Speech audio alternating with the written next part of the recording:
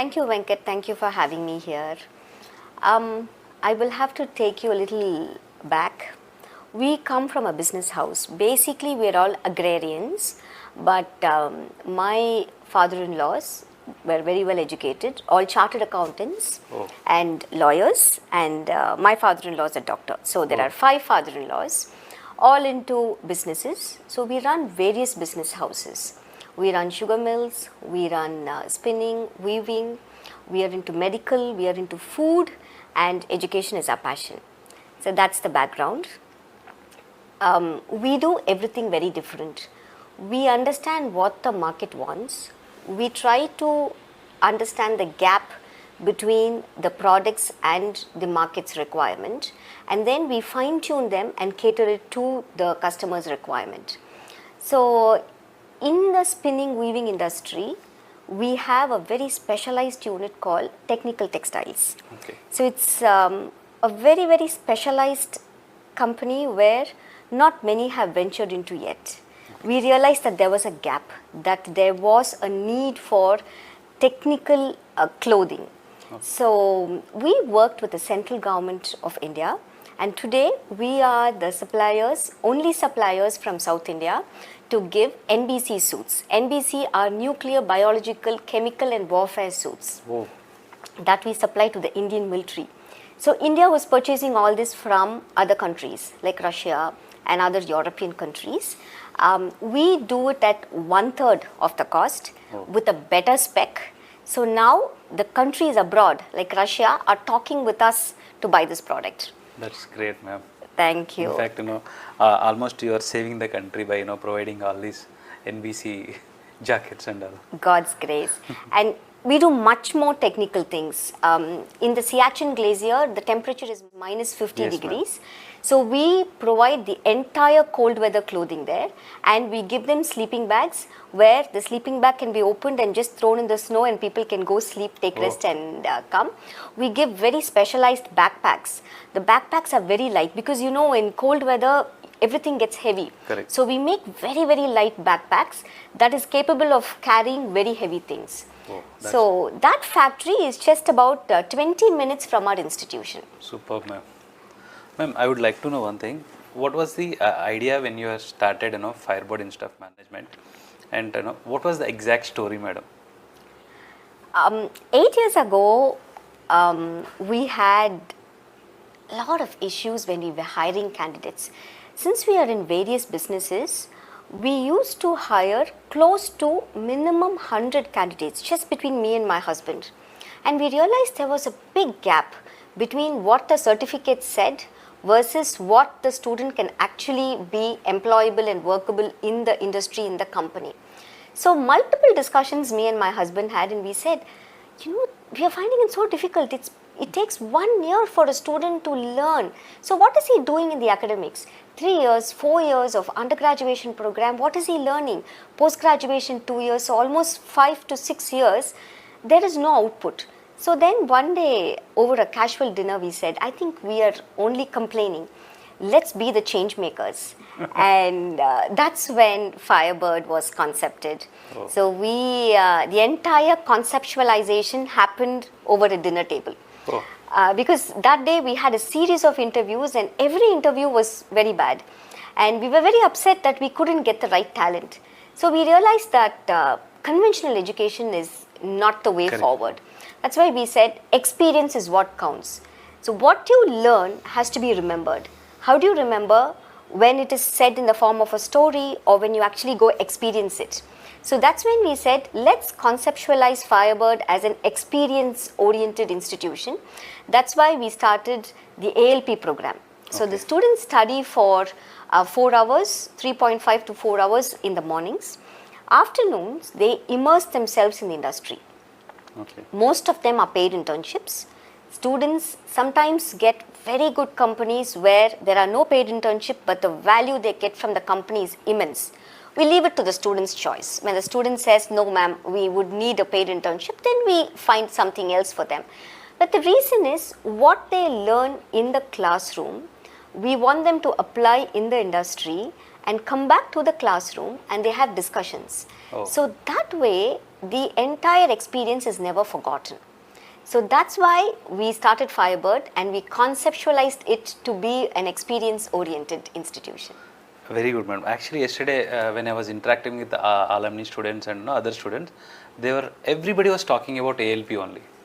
Okay. Because of ALP only we got placed and all. So that's the reason I was. If money is a constraint, then I think it's a very bad thing and we're not contributing well for the society. Yes. So academic part, what we are doing is we have a set of faculty in Firebird who are very dedicated, extremely disruptive thinking, thought process people. So we're very lucky to have that. Apart from this, Venkatji, we're bringing people from across India and those who are in the industry. If you check our website, there are industry integrated or industry experienced faculty. That list will be big. So getting those people is a huge task. Not many agree to come.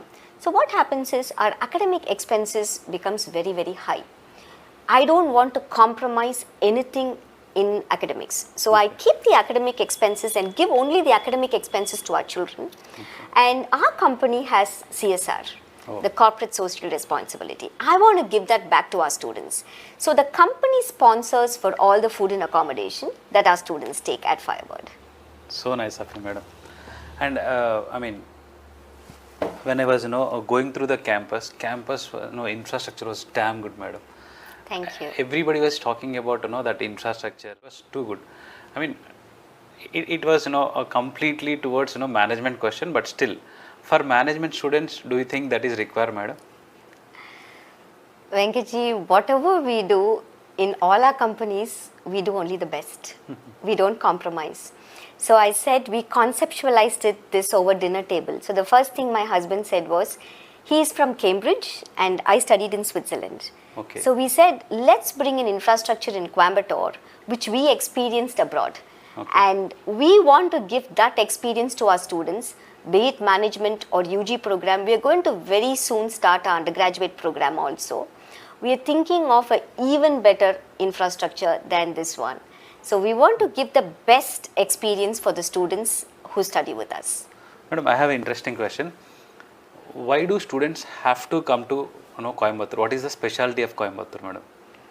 Actually, this is a very good question, Venkatji. We are all based out of Coimbatore. And Coimbatore is an entrepreneurial town. Okay.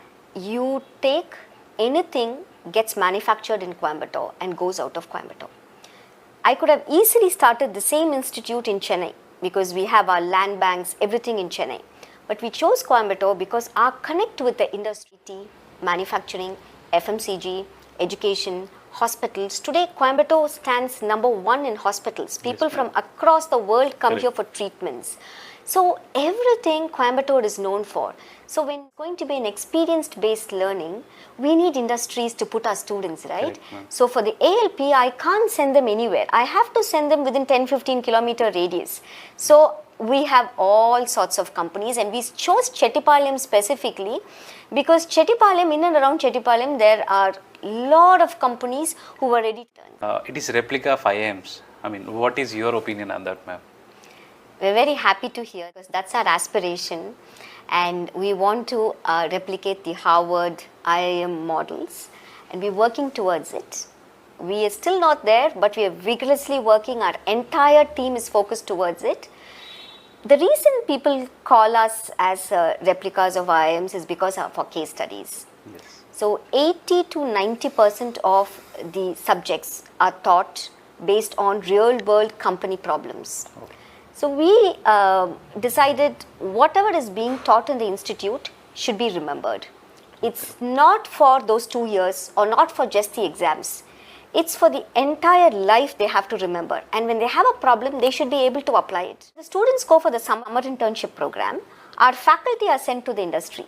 Oh. They work in the industry for 10 days to 1 month. Okay. They interact with the company head. Say a marketing faculty decides to go for 5 days, 7 days, 1 month, 15 days. We give the choice to the faculty. They take the syllabus, sit with a marketing general manager, compare the syllabus and ask them, sir, let us know Are we teaching the right content to our students? If suppose some person says, no, all this is not today viable, so we eliminate all that and bring in new. So that's how dynamic our syllabus is. So maybe that's why the comparison is. I mean, some people are calling it baby IM also. Even I felt very happy when I heard. Thank you. And madam, students were telling me, like, you are taking students to Malaysia for free of cost. Is it true, ma'am? Yes, we are doing a 1 month program. If we have to actually put a costing to it, the charge that we are doing now is not viable at all. It's simply not viable, because basically if you take a ticket, stay in a 3-star hotel, eat food 3 times and just take a taxi and go around, a good sum of your money is gone. I think most of the viewers would understand how much would go. So if I have to calculate that into the fee structure, then it is just not possible for the students to pay. So yes, we do that for free for the students. They have not just an academic exposure, they have industry exposure. There are placement opportunities also there. So companies come in and recruit students. There are internship opportunities there. Apart from all these academic aspects, children also go around Malaysia to understand how the culture is, which are the sightseeing places, and they have the best part, Venkatji, I'll tell you, amazing set of faculty in Malaysia, so dedicated, and their research is so strong. So all our students get mentored by each research faculty. So one research faculty will have 5 students, 5 or Firebird students. 1 month they will work with them. After that they come back to Firebird. 4 months they work in Firebird along with the research mentor in Malaysia, and then they submit their research paper, project paper, very, very strictly scrutinized. So the content that comes out of the project is very, very high and extremely valuable. So the Malaysia trip is again part of the experience conceptualization we had. We said local experience we are giving the students. We are giving case-based study, we are giving ALP. How do we give them a global exposure? Oh. So that's when we brought in the Malaysia concept. Oh, that's great, madam. Madam, in and around Coimbatore, what are all the sightseeing places for students, ma'am? Have you heard of Ooty? Yes, ma'am, I heard. The Queen of Hills. Yes, ma'am. So you cannot go without coming to Coimbatore. It's, if you say hill stations, 3 hours is Ooty, Okay. 2.5 hours is Valparai. Valparai is a magical place. You have mist, you will feel like you're walking through the clouds. Oh. It's a magical place and it's still untouched. All coffee and tea estates. That's hill station. It's nice and cold there. 16 degrees to 12 to 16 degrees is the weather in summer. Okay. In winter it gets colder. Oh my God. And Isha Foundation. Okay. That's about 25 minutes from the town. It's a beautiful place. Not just a spiritual place to go, it's a place where harmony can be seen, respect, mutual respect can be seen. 2,500 volunteers work there. 2,000, there are no employees in Isha. It is a management lesson on its own. Just going and seeing there and experiencing everything is a management lesson on its own. Coimbatore as a city has good malls, very, very good theatres. In fact, the Inox here is supposed to be the best in India. Oh. So some of the very, very good movies come here. So people from Bangalore, Bombay, Delhi come here to watch the movie. It's about 10 minutes from the airport. Oh. Yeah, not many know it, but Coimbatore is okay. Coimbatore is a cosmopolitan place. Okay. A lot of resto bars and very good eatery places. Very friendly people. Otherwise, sightseeing, yes, more. If you want to go to countrysides, there's a forest. So Mudumalai, which is a reserve forest, is about again 3 hours from here. So there are a lot of things for everybody to do in Coimbatore. Superb, madam. So students have got the opportunity to explore all the places in and around Coimbatore. So 100%. if they want to become part of Firebird, Yeah.